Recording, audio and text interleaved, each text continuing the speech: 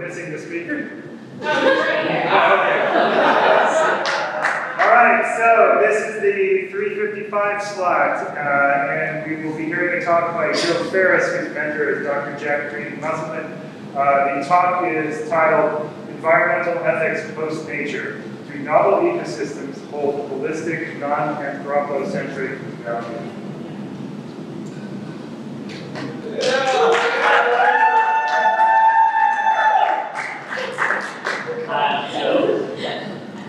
Today we're going to be trying to answer this question. There's different ways of valuing nature in the realm of environmental ethics. It breaks down through two dichotomies. There's anthropocentrism and non-anthropocentrism. And that just means an anthropocentrist would say that the only thing worthy of ethical consideration is humans and their interests. And a non-anthropocentrist would expand the circle. An individualist would say, when we're looking at what matters in the system, the individual's subjective experience, or not even just individuals in general, are what matters, and a holist would say that the health of the entire group matters. So in environmental ethics, anthropocentric individualism doesn't really factor in, because that would just be what matters is humans' independent nature. So the other three you can craft an ethic based on. Anthropocentric holists would say that nature is important insofar as it helps humans be happy. My focus is on non-anthropocentric holism today, because that has a unique metaphysical burden. Because if you want to say nature is valuable in and of itself, independent of human experience, you have to say what it is about nature that is valuable. So that's the metaphysical burden we're trying to answer. What is nature? That's a question that has gone on for a long time. I'm not trying to answer today. But I'm going to pretend, or at least I'm going to use the operational definition of nature as a social construct, a way of humans to understand that which exists outside of their civilization, and not have nature as a biophysical reality. There are two Western myths that have been really prevalent throughout the history of Western philosophy, going back to Homer. And there is the myth of alterity and the myth of holism. Alterity is nature is something that is different from us, it's a human nature economy. And the myth of holism is that it has a unique, recognizable ontology. Nature is a place, it's a fourth thing. John Stuart Mill summarizes the myth of alterity really well, basically saying nature is the stuff we haven't touched. And for a long time, that was justifiable because there were a lot of places that we haven't touched, and we'll get into why that may not be the case now. Going back to Homer, there was the first instance of the word physis comes from Homer, and he's talking about plants growing, so he's not talking about it the way we talk about it. That comes from Heraclitus, and then the Stoics who followed him used it in contradiction to the word nomos, which was human laws and creations of human laws. So you see the inkling, the beginnings of this understanding of alterity. And then by the time Aristotle comes around, he's juxtaposing it with the word techne, which is our group of technology, which is art and human artifacts. So that in the Old Testament, wilderness is used 245 times. And wilderness is always used, if you look at the ancient Hebrew translations, it's used synonymously with desert or wasteland. So the story of Adam and Eve really demonstrates this well, because they're in there, basically their civilization in the garden where everything's taken care of. And then as the worst punishment imaginable, they're sent out into nature. And so that becomes really pervasive in Christian thought. I'm really glazing over all of Christianity. It's a very complicated relationship with nature, but this is the root of this dichotomy. The Romantics, starting with Edmund Burke, there was this idea of the sublime in nature. Going out was primarily terrifying, but that terror was something that inspired awe and that got you closer to the true human experience.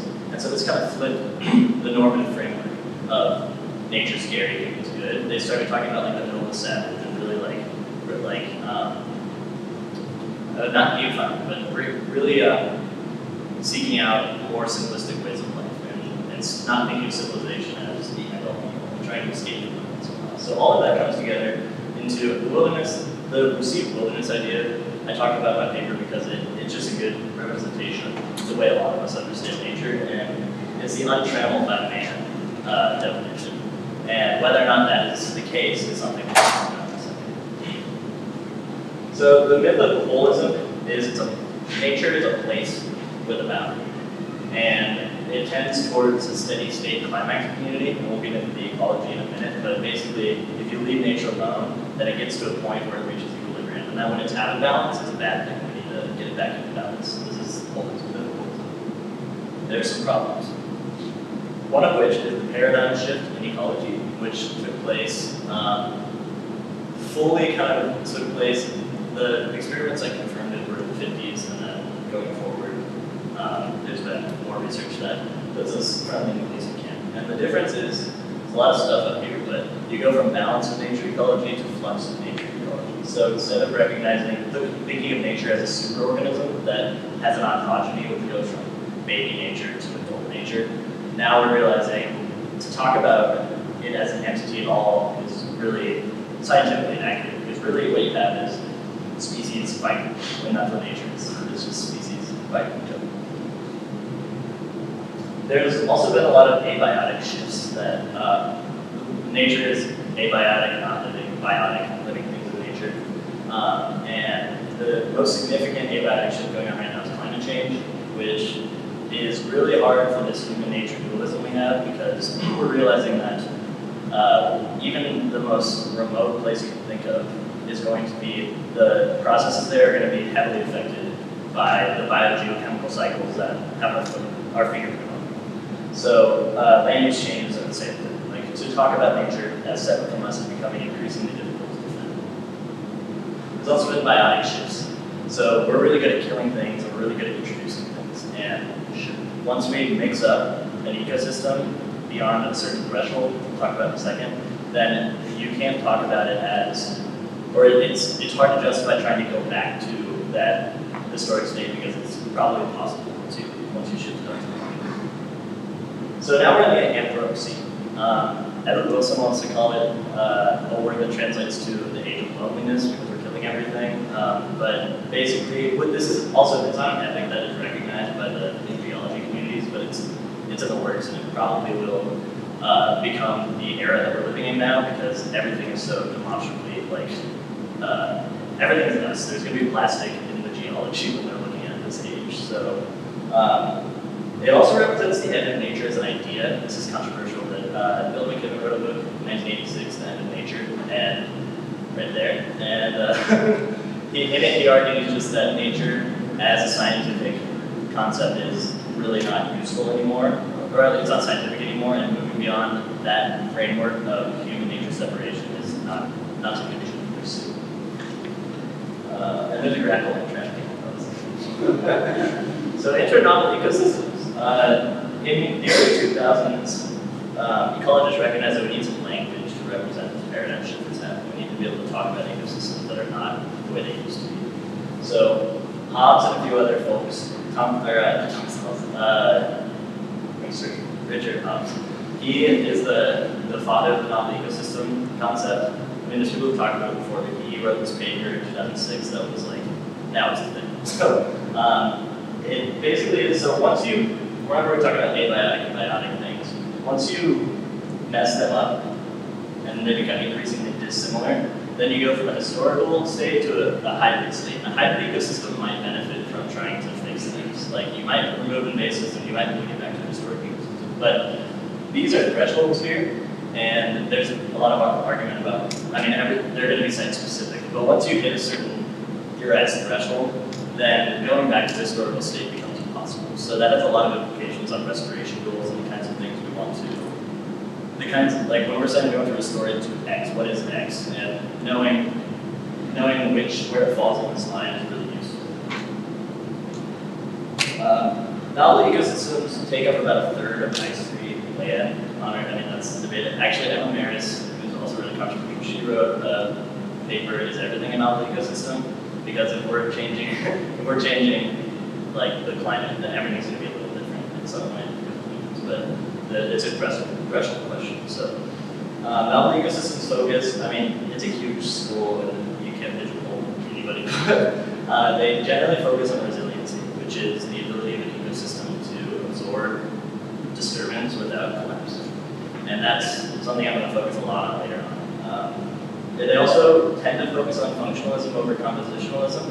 Functionalism is looking at ecosystems for the way energy flows through them and the roles that certain organisms play in the ecosystem, and not the specific organism. So if I'm a compositionalist, I would fight every invasive species and do everything in my power to keep every native species. A functionalist might try to just look at more Cole's perspective there, what do we want to keep long term.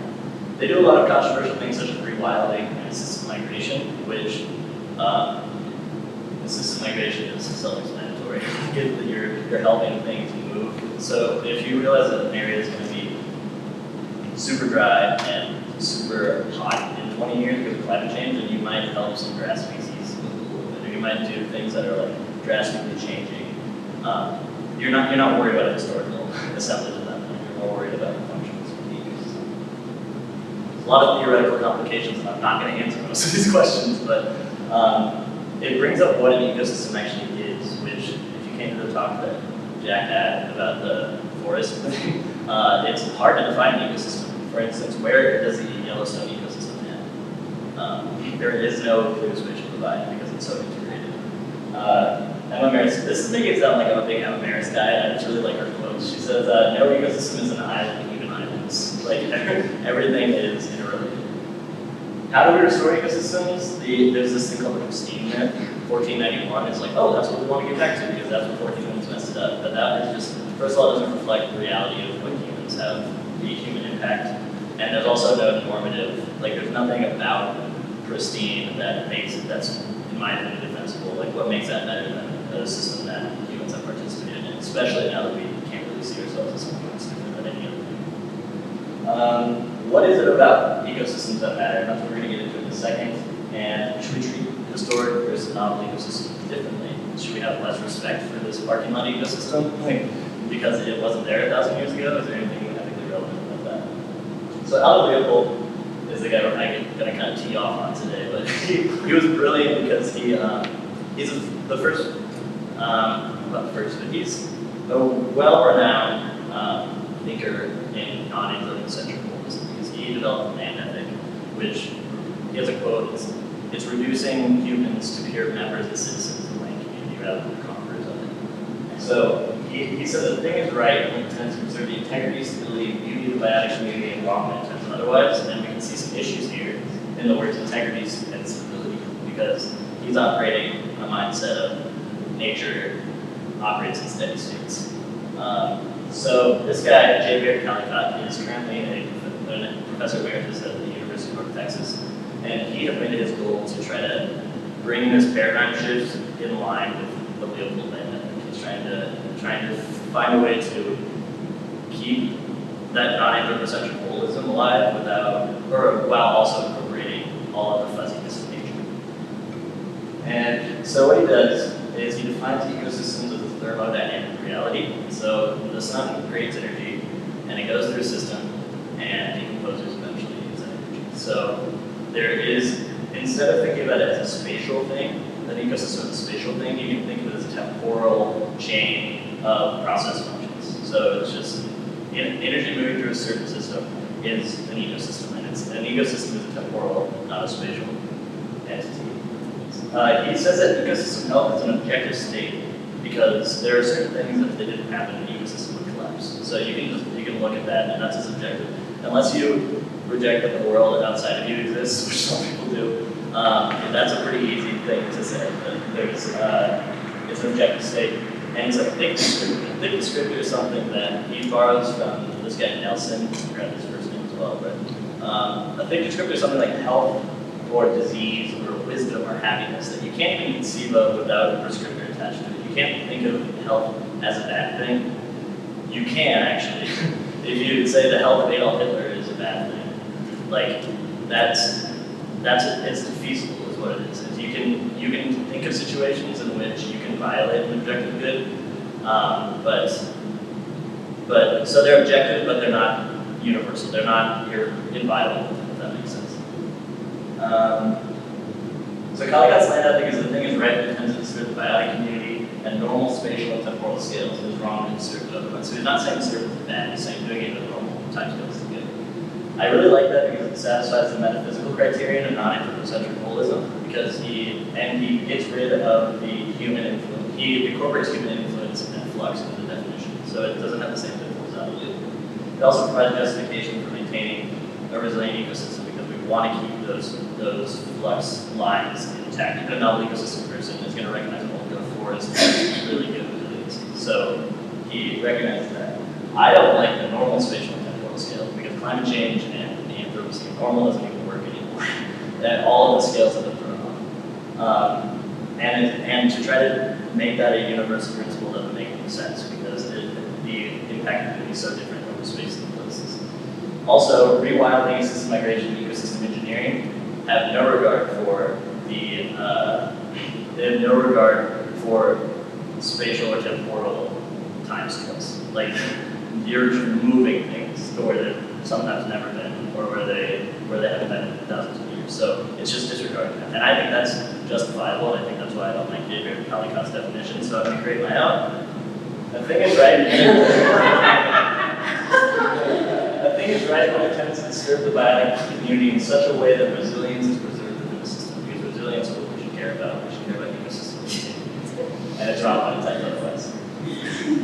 I want to thank Jack Musselman for his help as my advisor. Dr. Rodenborn and everybody who works in the honors program have been a huge help to me. Amy Concilio, you're the one who introduced novel ecosystems to me, and that's the reason I did this topic. And my cousin and my brother helped me do this.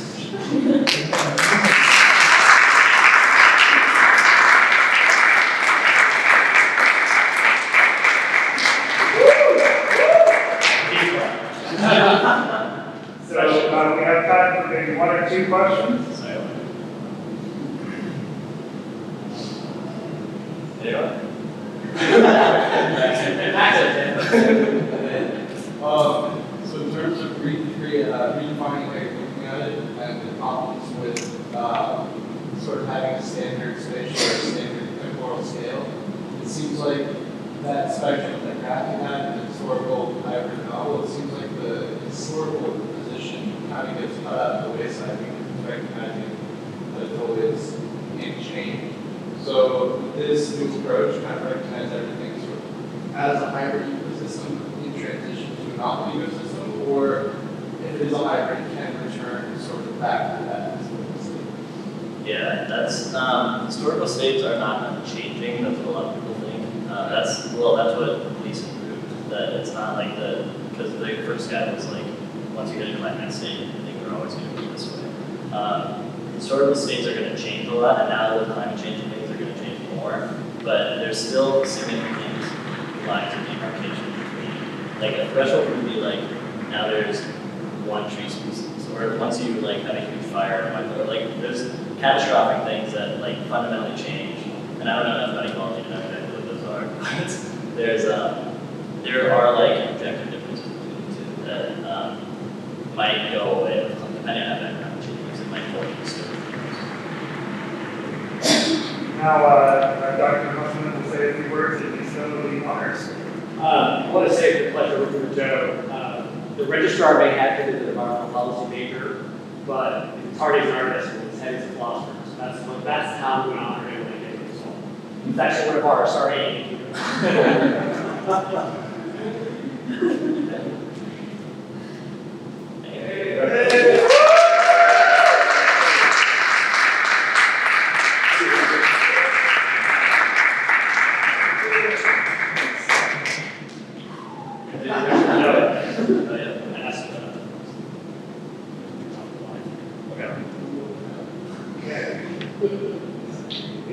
He says this is